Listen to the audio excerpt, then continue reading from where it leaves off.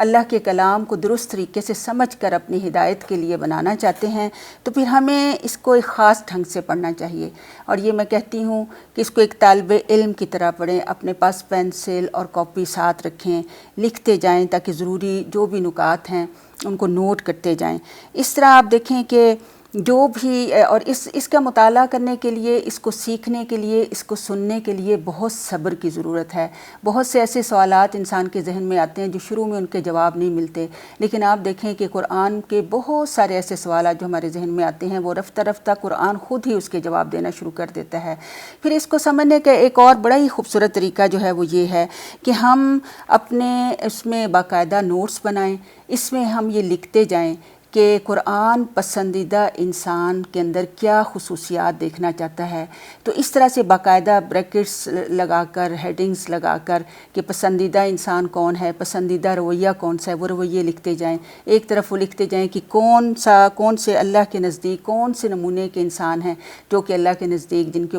مبغوض ہیں، یعنی اللہ جن سے ناراض ہے، جن کو اللہ پسند نہیں کرتا، تو ناپسندیدہ جو چیزیں ہیں ان کو بھی ایک طرف لکھتا چلا جائے۔ پھر جو بھی کوئی خاص مسئلہ ہو اس کی تحقیق، اس کے بارے میں جاننا جو ہے وہ ضروری ہو، اس کو بھی نوٹ کرتے چلے جائیں، اور انشاءاللہ قرآن پڑھتے جائیں گے، یہ جوابات ملتے بھی جائیں گے، اور اس کے ساتھ ساتھ ہم ان سوالوں کا جواب بھی دیتے ہی رہیں گے انشاءاللہ۔ پھر اس کے بعد ایک اور چیز بڑی اہم ہے کہ فہم قرآن کی ان ساری تدبیروں کے باوجود آدمی قرآن کی روح سے پوری طرح آشنا نہیں ہو پاتا جب تک کہ عملاً وہ کام نہ کرے جس کے لیے یہ قرآن آیا ہے۔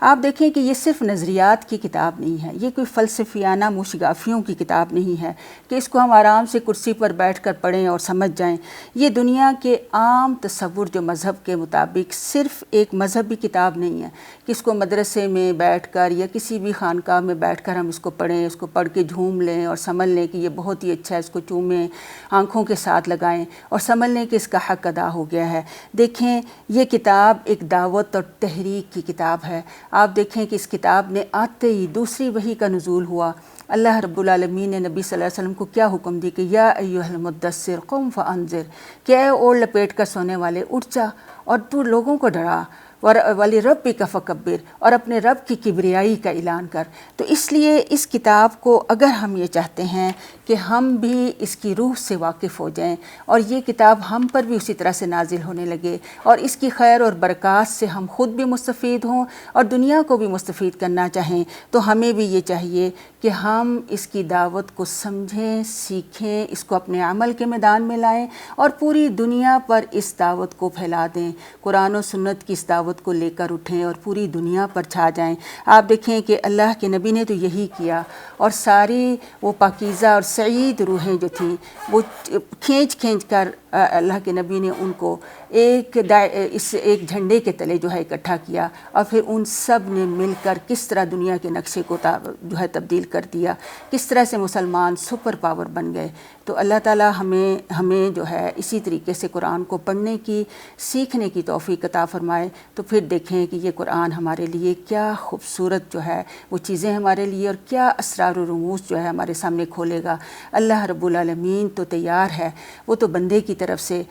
وہ چاہتا ہے کہ کوئی اس کی طرف بڑھے۔ اللہ خود کہتا ہے کہ میرا بندہ اگر میری طرف ایک ہاتھ بڑھتا ہے تو میں 10 ہاتھ بڑھتا ہوں، سبحان اللہ۔ وہ چل کر آتا ہے تو میں دوڑ کر آتا ہوں۔ تو دیکھیے ہم چلنے والے بنیں، وہ ایک قدم اٹھانے کی دیر ہے، تو اللہ رب العالمین اپنے دامن رحمت میں ہمیں جو ہے انشاءاللہ ضرور ہی سمیٹ لے گا۔ سورۃ الفاتحہ الحمدللہ ہم نے اچھی طرح سے سیکھ لی۔